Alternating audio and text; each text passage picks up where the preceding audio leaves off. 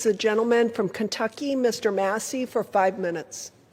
Thank you, Madam Speaker. Congress created the Department of Justice. Congress funds the Department of Justice, and Congress is responsible for the oversight of the Department of Justice. When will we see justice? I'll tell you what I've not seen. I've not seen any arrests from the revelations in the Epstein files, over 3 million documents describing horrible things, describing unspeakable things, so much of it redacted. Over 24 people have resigned, CEOs, members of government worldwide, but I haven't seen any arrests or investigations here in the United States from this Department of Justice. Prince Andrew, Duke of York, who has since been stripped of his royal titles due to his affiliation with Jeffrey Epstein, has been arrested.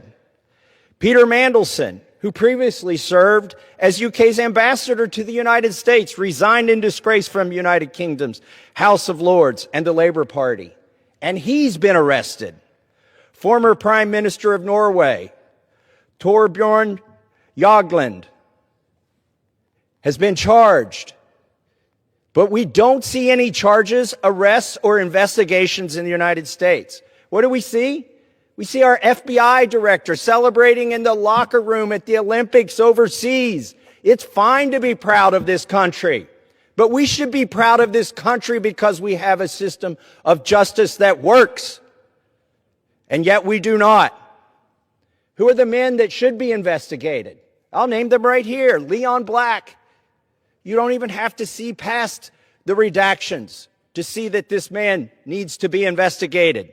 Jess Staley, accused of terrible things. It's right there in the files. Why is he not being investigated? And Leslie Wexner, why did the FBI list him as a co-conspirator in their own documents in a child sex trafficking case, and then tell him, according to him, that they had no questions for him? Why is that? Well, the Epstein Files Transparency Act requires the DOJ and the FBI to disclose to us their internal memos and emails about how they made those decisions, whether to prosecute or not prosecute. Yet they have not delivered those memos.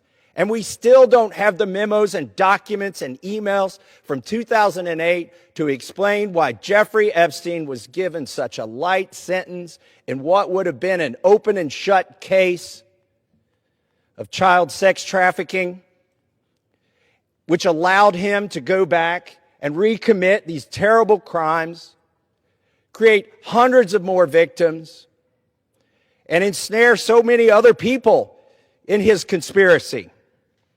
Where are those documents that describe those decisions? We need justice. We want the Department of Justice to get to work, and that's what they need to do now. Madam Speaker, I rise today to let the American people know that this government is under siege. All 3 branches of this government is under siege by lobbyists and lawyers from a German company named Bayer. They spent over $9 million lobbying the executive branch and the legislative branch so that they don't have to be liable for any damages that their herbicide causes, otherwise known as Roundup.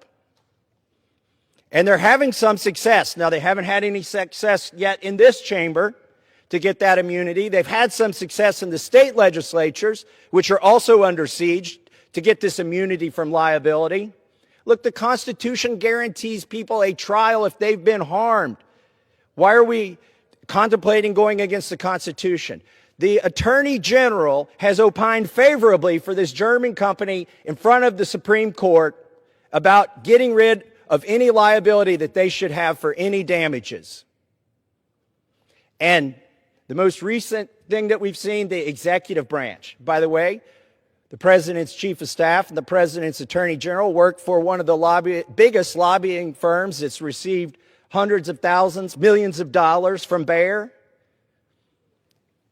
And maybe that's why we've seen an executive order that says that the production of this chemical from this German company is a national defense priority. And we know why they're doing that. It's to keep them from having any liability. Everybody in this country deserves their day in court. This is wrong. We shouldn't succumb to the lobbyists, not in the executive branch, not in the judicial branch, and certainly not here in Congress and not in the state legislatures, but there's a lot of money at play. And I implore my colleagues to resist it and do not give them immunity. And I yield back. The chair recognizes the woman from Minnesota, Ms. Morrison, for 5 minutes.